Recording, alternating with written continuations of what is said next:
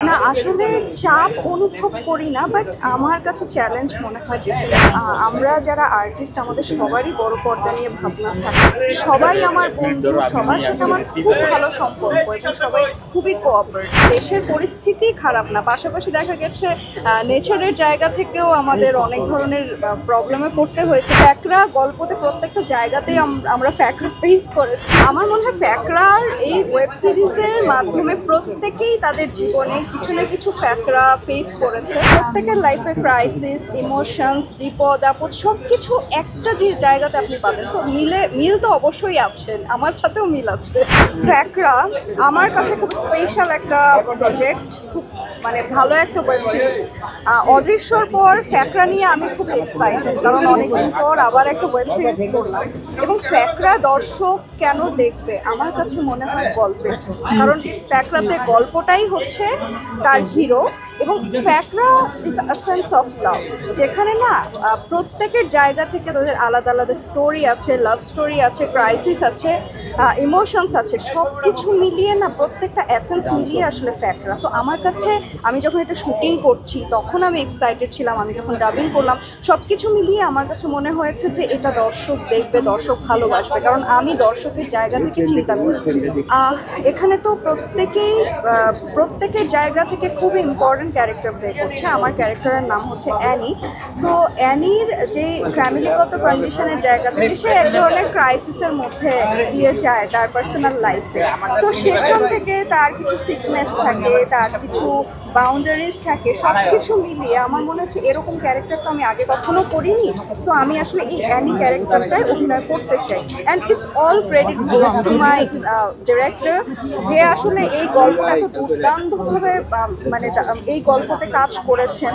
আমার পুরো টিম, আমার কোঅ্যাক্টর যারা আছেন প্রত্যেকে আমাকে খুবই হেল্প করেছেন এবং সবার সাথে আমার মনে হয়েছে বন্ধুর মতো একটা সম্পর্ক হয়ে গেছে। না আসলে চাপ অনুভব করি না, বাট আমার কাছে চ্যালেঞ্জ মনে হয় ডেফিনেটলি, কারণ তুলনামূলকভাবে তো কাজ একটু কম করি। আমার দেখা যায় একটু স্ক্রিপ্ট বেসড কাজ বা গল্প বেসড কাজগুলো করতে ভালোবাসি।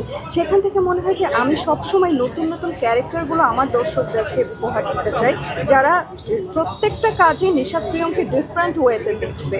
দেখা গেছে আমার মানিহানি, মহানগর, মিশন হান্ডাউন, অদৃশ্য এবং ফ্যাকরা এত সিরিজ করেছি, প্রত্যেকটাতে আমার মনে হচ্ছে আমি খুব ইউনিক ক্যারেক্টার প্লে করেছি, কোনোটার সাথে কোনোটা মিল।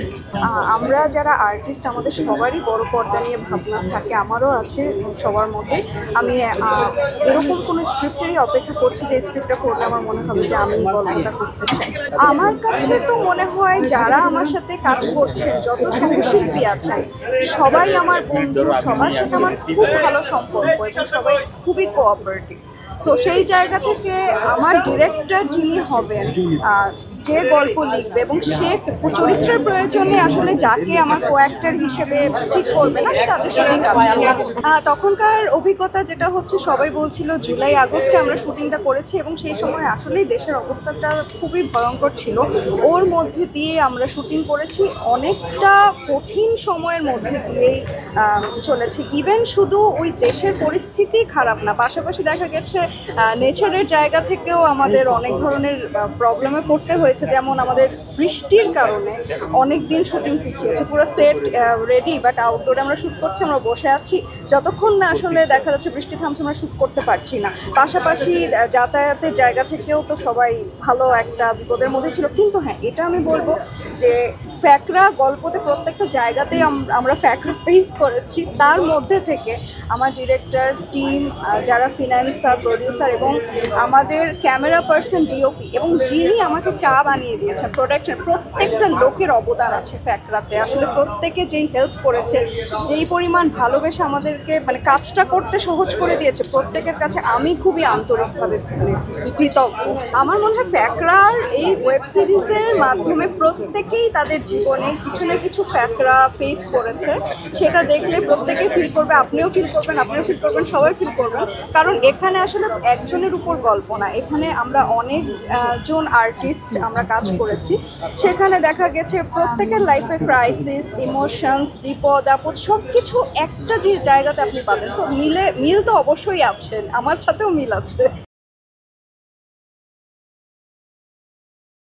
ওয়ালটন আবারও মিলিনিয়ার অফারে ওয়ালটন ফ্রিজ কিনে আপনিও হয়ে যেতে পারেন মিলিয়নিয়ার।